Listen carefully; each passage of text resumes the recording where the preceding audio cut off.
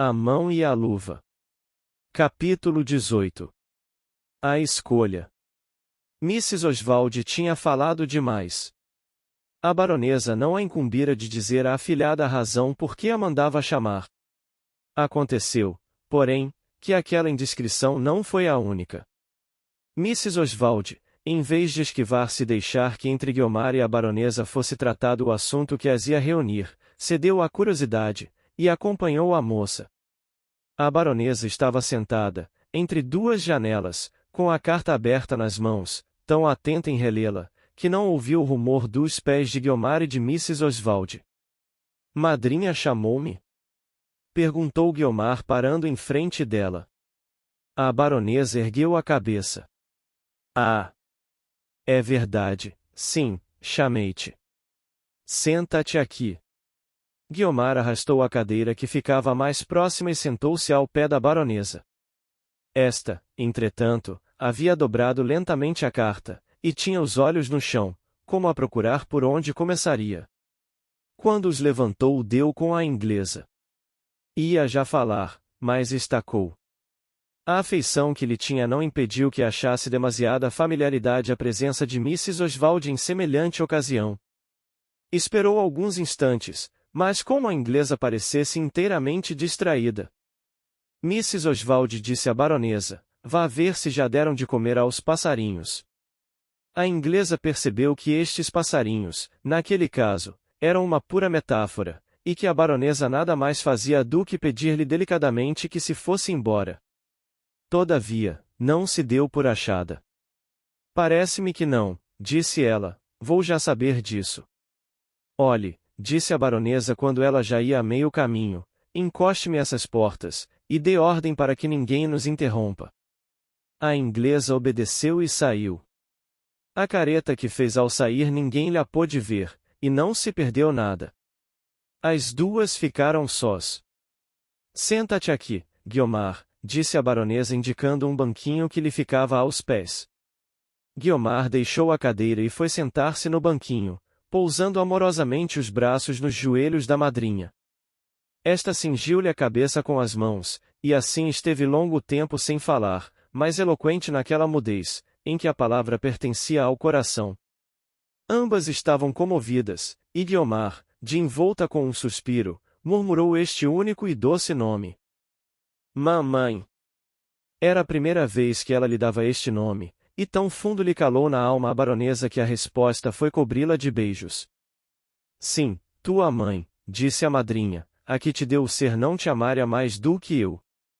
Tens a alma e a ternura da filha que o céu me levou, e se todas as mães que perdem filhos pudessem substituí-los do mesmo modo, desapareceria do mundo a maior e mais cruel dor que há nele."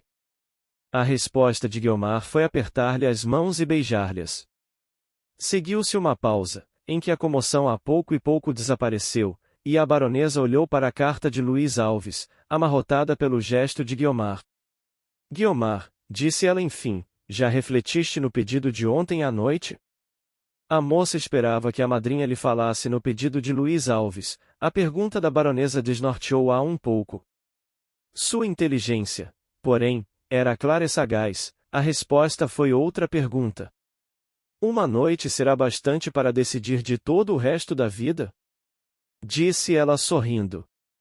"Tens razão, minha filha, mas a pergunta era natural da parte de quem quer ver realizado um desejo. Jorge pediu-te em casamento. Sabes que é um excelente caráter?" "Excelente", respondeu a moça. "Uma boa alma", continuou a baronesa, "e um moço distinto. Parece gostar muito de ti, segundo disse ontem, não?" "É natural, só me admira que não te amem muitos mais." A baronesa parou. Guiomar brincava com as franjas da manga sem se atrever a levantar os olhos. "Deve saber", continuou a baronesa, "que eu estimaria ver que este casamento se efetuasse. Estou convencida de que te faria feliz, e a ele também, pelo menos tanto quanto é possível julgar das coisas presentes. Que diz o teu coração?" E como Guiomar não respondesse logo: "Ah! Esquecia-me do que me disseste há pouco." Uma noite não é o bastante para decidir de todo o resto da vida. Bem, ouvir-me as mais duas coisas. A primeira é que...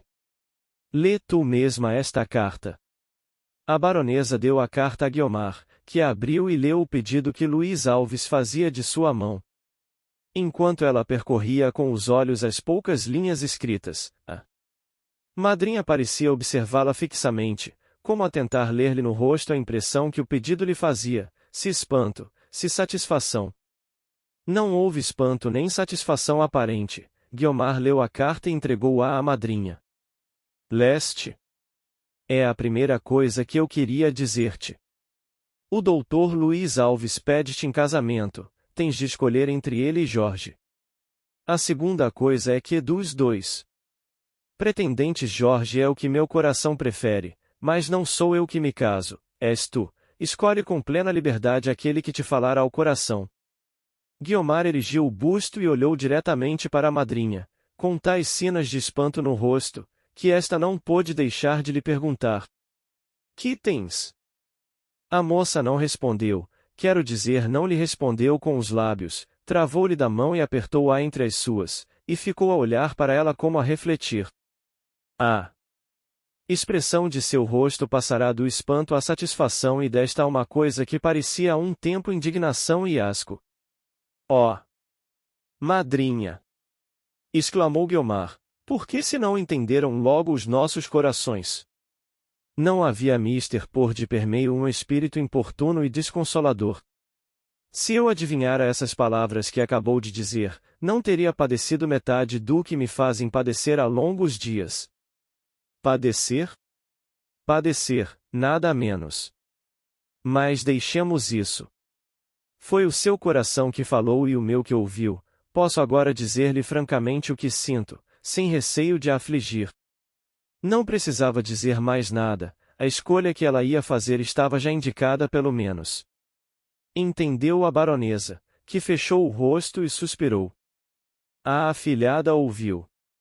Li o suspiro, e percebeu a tristeza súbita, arrependeu-se de ter ido tão longe. Percebo, respondeu a baronesa, queres dizer que dos dois pretendentes escolhes o doutor Luís Alves? A moça conservou-se calada, a madrinha olhava para ela com uma expressão de ansiedade que a afligiu. Fala, repetiu a baronesa. Escolho, eu Sr. Jorge, suspirou Guiomar depois de alguns instantes. A baronesa estremeceu. Falas sério? Não creio, não é esse o sentimento do teu coração. Vê-se que não é, queres iludir-me e a ti também. Percebo que o não amas, não o amaste. Nunca. Mas amas ao outro, não é? Que tem isso? Não me dá o prazer que eu teria se... Que importa, se fores feliz? A tua felicidade está acima das minhas preferências. Era um sonho meu, desejava-o com todas as forças, faria o que pudesse para alcançá-lo, mas não se violenta o coração, um coração. Sobretudo, como o teu. Escolhes o outro. Pois casarás com ele. Vê o leitor que a palavra esperada, a palavra que a moça sentia vir-lhe do coração aos lábios e querer rompê-los, não foi ela quem a proferiu, foi a madrinha, e se leu atento o que precede verá que era isso mesmo que ela desejava. Mas por que o nome de Jorge lhe roçou os lábios? A moça não queria iludir a baronesa, mas traduzir-lhe infielmente a voz de seu coração, para que a madrinha conferisse, por si mesma, a tradução com o original. Havia nisto um pouco de meio indireto, de tática, de afetação, estou quase a dizer de hipocrisia, se não tomassem à má parte o vocábulo.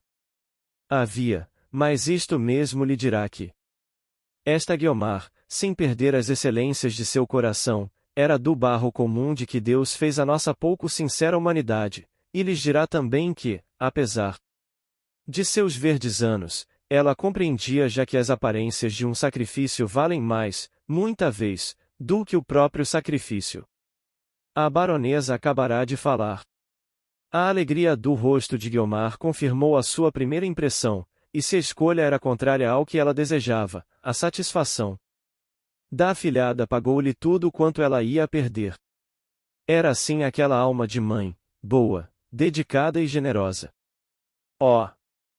Madrinha! Obrigada! Exclamou a moça. Não me fica odiando? Oh! Exclamou a baronesa com um tom de repreensão. E puxou-a para si, e abraçou-a com amor. Guiomar correspondeu ao movimento, e as duas confundiram as suas alegrias íntimas e afeições sinceras. Mrs. Oswald viu-as daí a pouco, risonhas e entendidas. Era fácil concluir qual dos dois pretendentes vencera. Guiomar não receberia de tão boa cara o sobrinho da baronesa. Tudo estava acabado, e talvez que a sua própria pessoa padecera naquele lance último. A baronesa pedirá a Guiomar que lhe explicasse a que padecimentos aludira, mas a moça preferiu não dizer nada, não só por afligir a madrinha, como por não dar um aspecto de rivalidade à situação entre ela e Mrs. Oswald. A escolha estava feita, o consentimento dado. A baronesa respondeu nessa mesma tarde ao pretendente feliz. Estevão teria manifestado ruidosamente toda a alegria que semelhante resposta lhe causará. Sua alma apaixonada e exuberante contaria a Deus e aos homens aquela imensa fortuna. Luís Alves encerrou o prazer, aliás grande, dentro de si, pensou na moça e no futuro alguns instantes, mas não falou deles a ninguém. A baronesa escreveu nesse mesmo dia ao sobrinho, comunicando-lhe a resposta de Guiomar. Os leitores não terão dificuldade de admitir que o coração de Jorge não sentiu o golpe profundamente, mas sentiu alguma coisa. Não foi nessa noite à casa da tia, não foi também na segunda, na terceira chegou a descer as escadas, na quarta embicou para Botafogo. Tudo está acabado, disse-lhe a tia verdadeiramente sentida. Acabado! Suspirou Jorge. Agora, é preciso ânimo, espero que serás homem. Oh! Serei homem! Suspirou outra vez Jorge. E dois suspiros, arrancados do peito de um homem tão grave, deviam ser por força dois suspiros gravíssimos, como facilmente acredita o leitor. Efetivamente a fisionomia do moço não tinha abatimento nem aflição, não a amarrotava o menor vestígio de noite mal dormida, menos ainda de lágrimas enxutas. Alegre não era, mas grave e austera, como ele a trazia sempre, a contrastar com o retesado do bigode. A baronesa imaginou contudo que a dor do sobrinho devia tê-lo mortificado muito, apertou-lhe as mãos com ternura e disse-lhe ainda algumas palavras de animação. Imagine-se o que seria o primeiro encontro de Jorge com Guiomar. A moça estava serena, talvez risonha e até compassiva. Se tivesse de casar com ele. Odiara o decerto, agora já lhe perdoava o amor. Jorge pela sua parte não deixou de ficar um tanto abalado, em parte comoção, em parte constrangimento, sendo, porém o constrangimento maior do que a comoção. Nos lábios pairou-lhe um desses sorrisos em que o olhar penetrante do povo ou a sua imaginação pinturesca descobriu a cor amarela. Se outro fosse o aspecto, é provável que ela lhe conservasse, ao menos, o respeito. Mas aquele sorriso perdeu-o de todo no ânimo de Guiomar. Na primeira ocasião que se lhe ofereceu, expandiu-se Jorge com Mrs. Oswald. Perdeu-se tudo, murmurou ele. A inglesa não respondeu. Jorge continuou ainda a falar, e a inglesa a ouvir, mas a ouvir só, e a querer diverti-lo daquele assunto. Tudo se perdeu, disse enfim o sobrinho da baronesa, talvez por culpa sua. Minha? Perguntou Mrs. Oswald. Sua. Mas. Jorge hesitou um instante. Não mostrou calor suficiente, disse ele enfim. Que quer? Disse Mrs. Oswald. O coração não se pode dominar, nem há meio de impor-lhe um sentimento. Guiomar é uma santa criatura, ama deveras ao seu rival, há nada mais justo do que casá-los? De maneira que De maneira que tudo era lícito fazer na suposição de que ela não amava a outro, mas uma vez que ama. Luiz Alves, na noite do dia em que recebeu a carta, foi à casa da baronesa, que o recebeu com o melhor de seus sorrisos. A felicidade de Guiomar fazia-a completamente feliz, nem iras, nem ressentimentos, como anunciará Mrs. Oswald. Todo o castelo de cartas caíra por terra, desde que a sinceridade da baronesa interveio,